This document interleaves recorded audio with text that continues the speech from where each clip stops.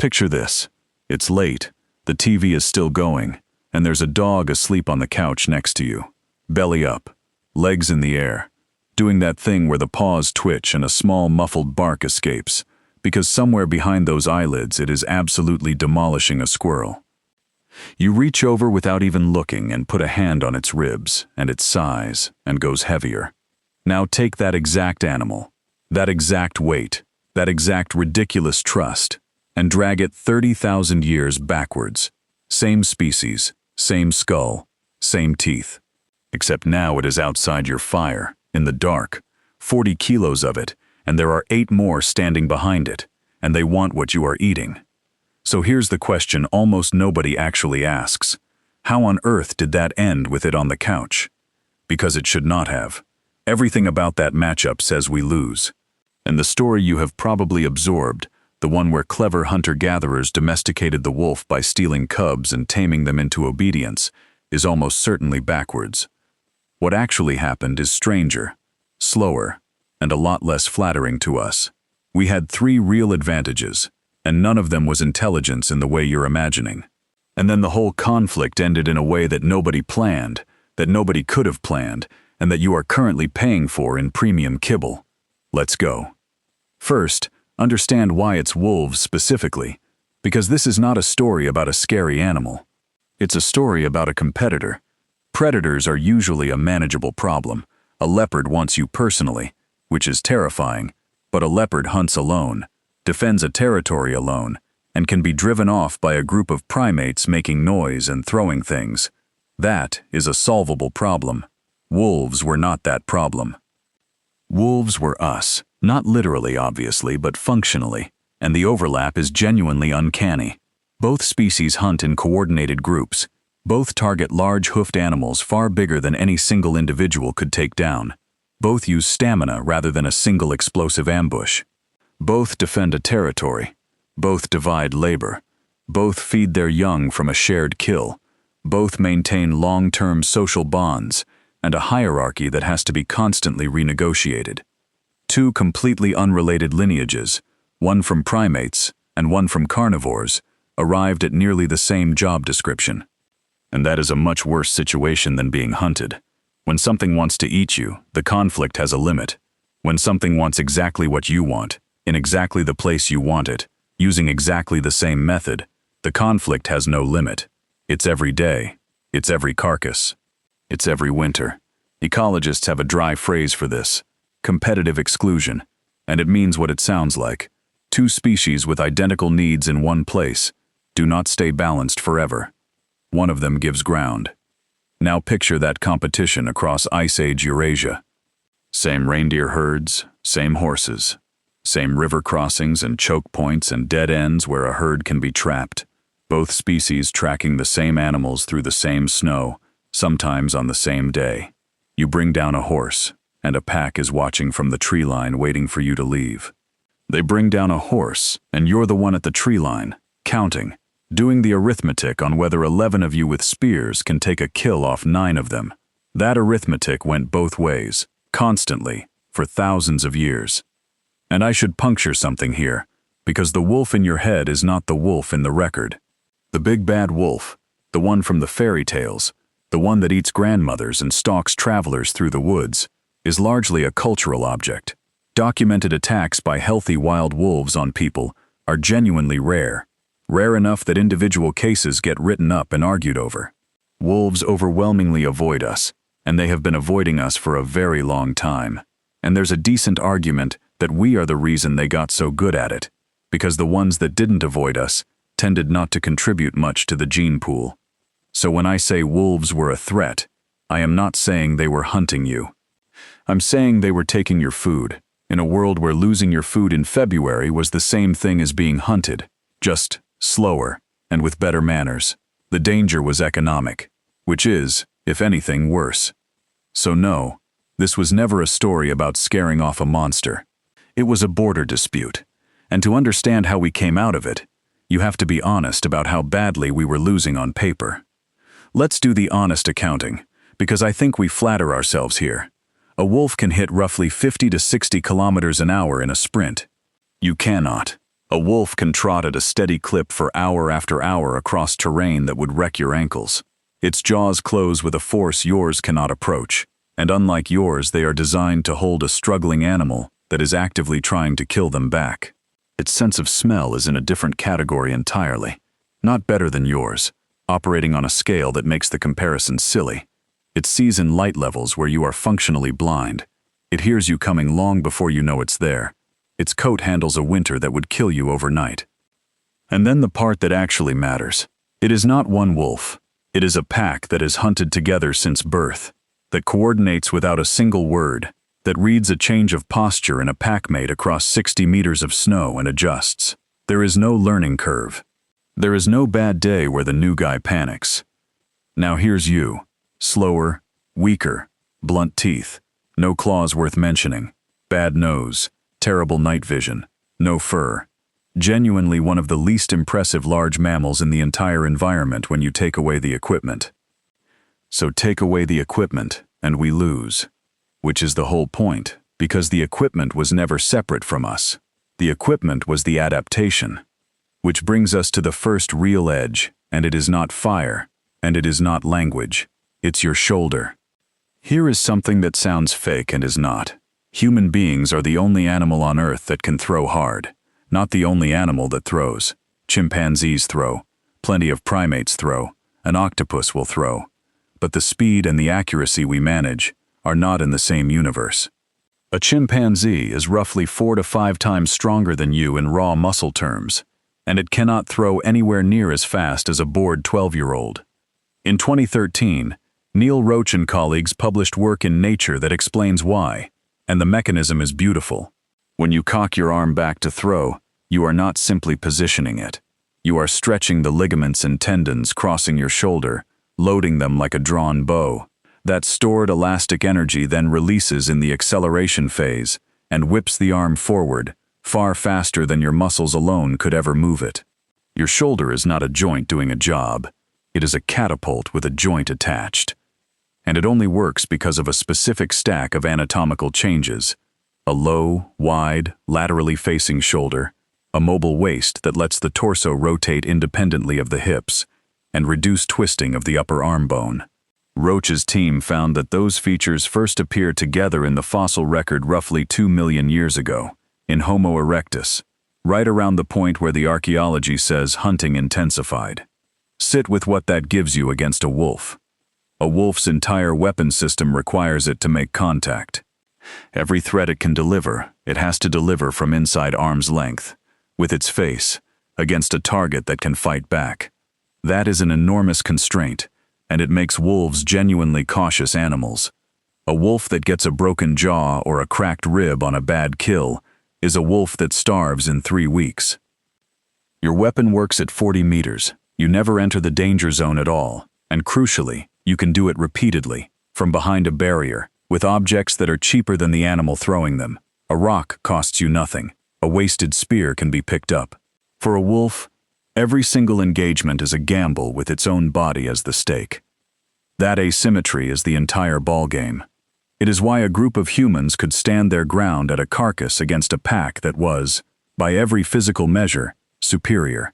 Not because we were braver, because we were the only ones in the argument who could hurt someone without being reachable. The second edge is stranger, and you are using it right now without noticing. You are, at this moment, very slowly leaking. Almost every large mammal on the planet dumps heat by panting. A wolf pants. It moves hot air across a wet tongue and wet airways, and evaporation carries the heat away. It works, and it has one enormous flaw. You cannot pant properly while you are running flat out, because your breathing is locked to your stride. A galloping canid has to choose between speed and cooling. We took a different route, and it is arguably the weirdest thing about the human body. We got rid of the fur and covered ourselves in millions of sweat glands, so that the entire surface of the body becomes a cooling system that runs independently of breathing. You can breathe however you like and keep shedding heat the whole time. It's why you are the only animal at the gym that needs a towel. That combination, a body that cools while moving, plus legs built with long, springy tendons for efficient distance travel, means a human in the heat can keep going after faster animals have to stop. This is the basis of what's usually called persistence hunting, and here is where I want to be careful with you rather than sell you the fun version. The physiology is not in dispute. Humans are genuinely exceptional endurance travelers and genuinely exceptional at thermoregulation while moving. What is disputed is how much actual prehistoric hunting was done this way. For years, the loudest version of this story leaned on a small number of ethnographic accounts and turned them into a universal ancestral practice, which was always more than the evidence supported. More recent work has gone back and compiled a much wider set of documented cases from around the world, which strengthens the argument that it was a real and repeated strategy rather than a curiosity.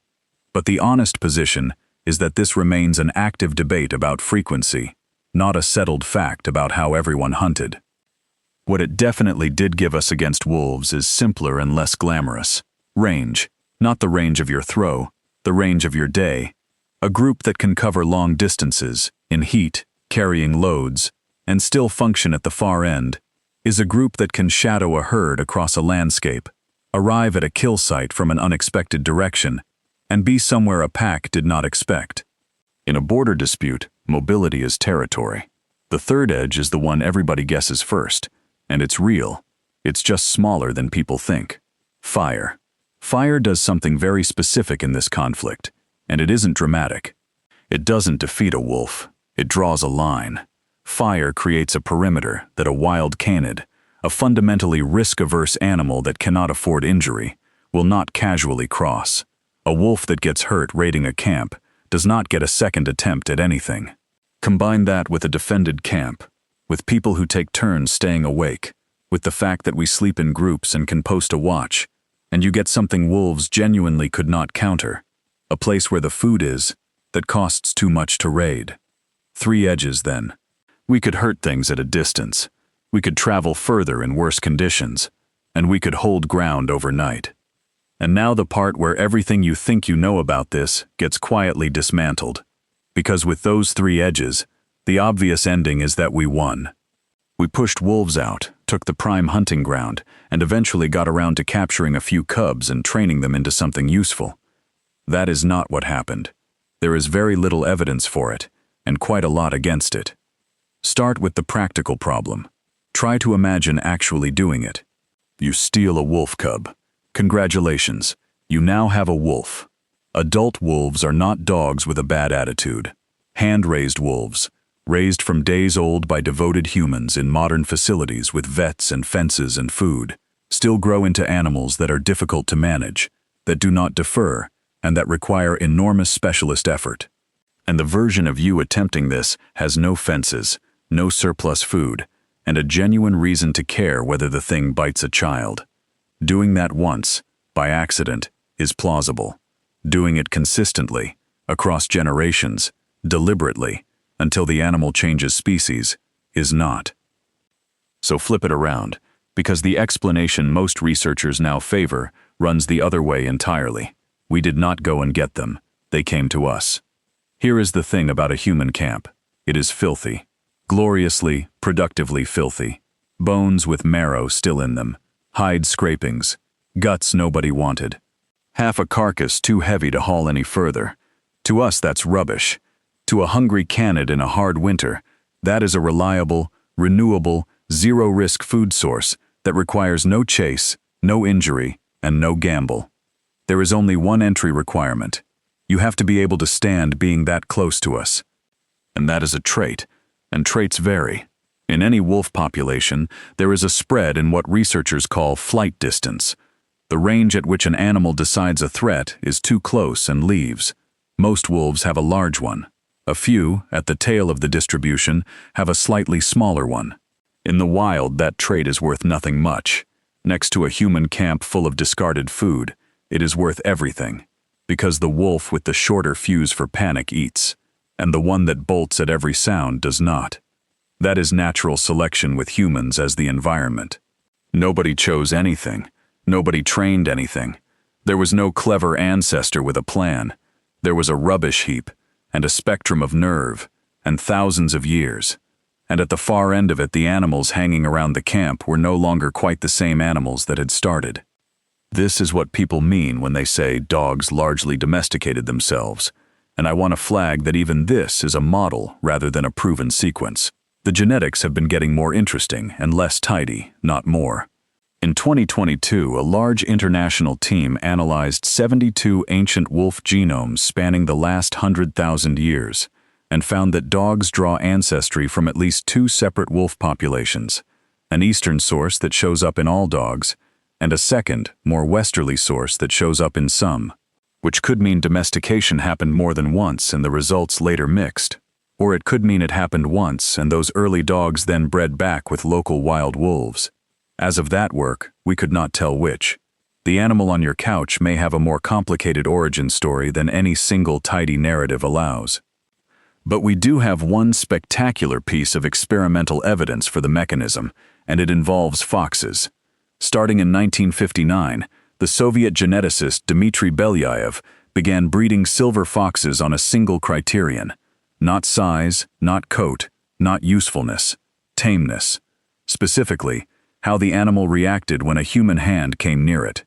Calmer foxes bred with calmer foxes, generation after generation, under Lyudmila Trut, who carried the work on for decades after Belyaev died. And the reported result is one of the most quoted findings in biology. Within a few dozen generations, the foxes were not just tamer, they looked different: floppy ears, curly tails, patches of white in the coat, changes in reproductive timing, a whole cluster of traits nobody had selected for, tagging along behind the one trait somebody had.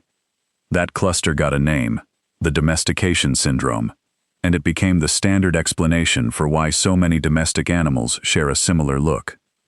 Now the honesty beat, because this is where the popular version stops and the science does not.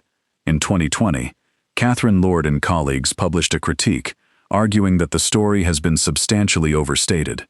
Their central point is about where Belyaev's foxes came from. They trace them to fur farms on Prince Edward Island in eastern Canada, animals that had already been bred in captivity since the late 1800s, and they argue that several of the classic syndrome traits were being reported on those farms before the Russian selection experiment ever began. If that's right, the experiment was working on variation that was already there, rather than conjuring a syndrome out of tameness alone. The response was immediate and pointed. Trut and her colleagues pushed back directly, and so did other researchers in the field, and the argument is genuinely live right now. So I'm not going to hand you the clean version. What survives all of it is the part that matters for our story. Selecting on how an animal behaves around humans changes the animal, fast, and in ways nobody aimed at.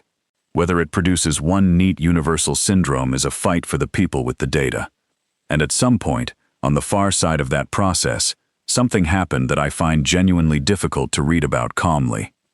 In 1914, quarry workers near Bonn in Germany turned up a grave. Inside it were 2 people, a woman in her mid-20s and a man of around 40, buried together with decorated objects of bone and antler and teeth, and with them a dog. The site is Bonn Oberkassel, and the remains date to roughly 14,200 years ago, which makes it the oldest confirmed burial where humans and a dog were laid down together. A later re-examination found a tooth from a second, older dog in the same grave. In 2018, the vet and researcher Luke Janssens and colleagues published a reanalysis of that younger animal, and this is the part that gets me. It was a puppy, around 7 months old when it died. Its teeth carry the marks of a severe illness it contracted at roughly 19 weeks, canine distemper. If you have never had to think about distemper, here is what it does: fever, vomiting, diarrhea, respiratory collapse, and then, in bad cases, seizures and loss of motor control. Janssens' assessment is blunt. A dog with a serious case of distemper, without care, dies in under 3 weeks. This one lived for weeks beyond that. There is no version of that where the animal managed alone. Somebody kept it warm, somebody cleaned it.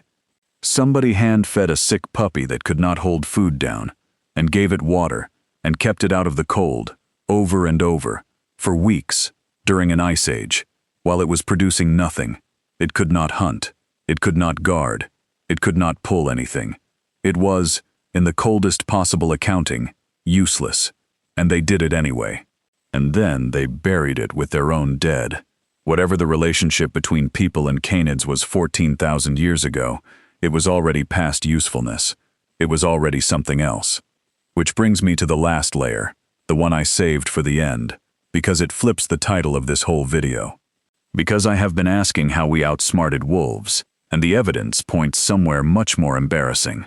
In a classic experiment, you hide food under one of two containers, and then tell the animal which one.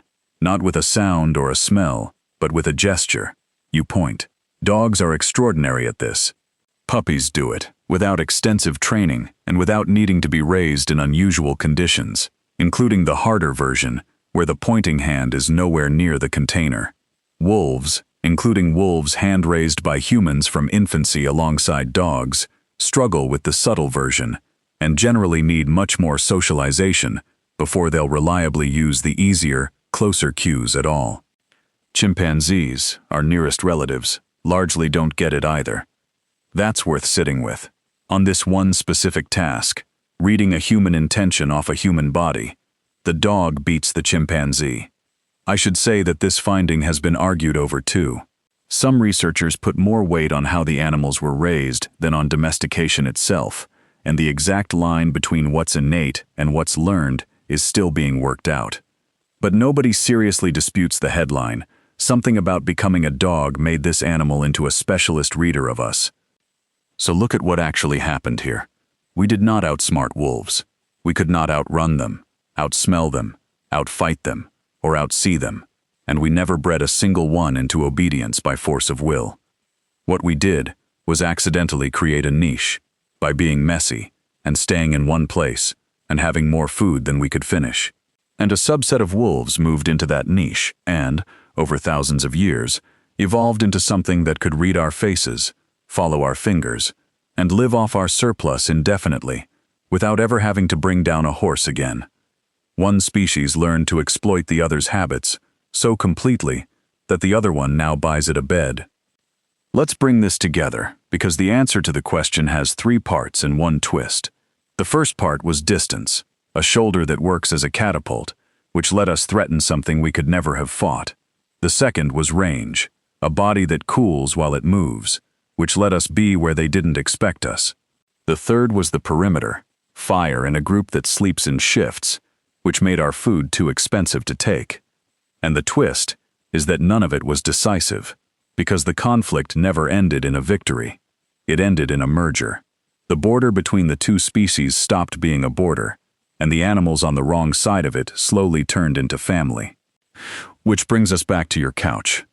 That thing sprawled on its back next to you, snoring, with its legs in the air and its dignity nowhere, is not a defeated enemy. It is a 30,000-year-old treaty, still in force, renegotiated every evening at dinner time. Its ancestors and your ancestors wanted the same reindeer, on the same tundra, in the same winter, and neither side ever managed to drive the other out. So they stopped trying. Give it a scratch behind the ears. Diplomatically speaking, you owe it one.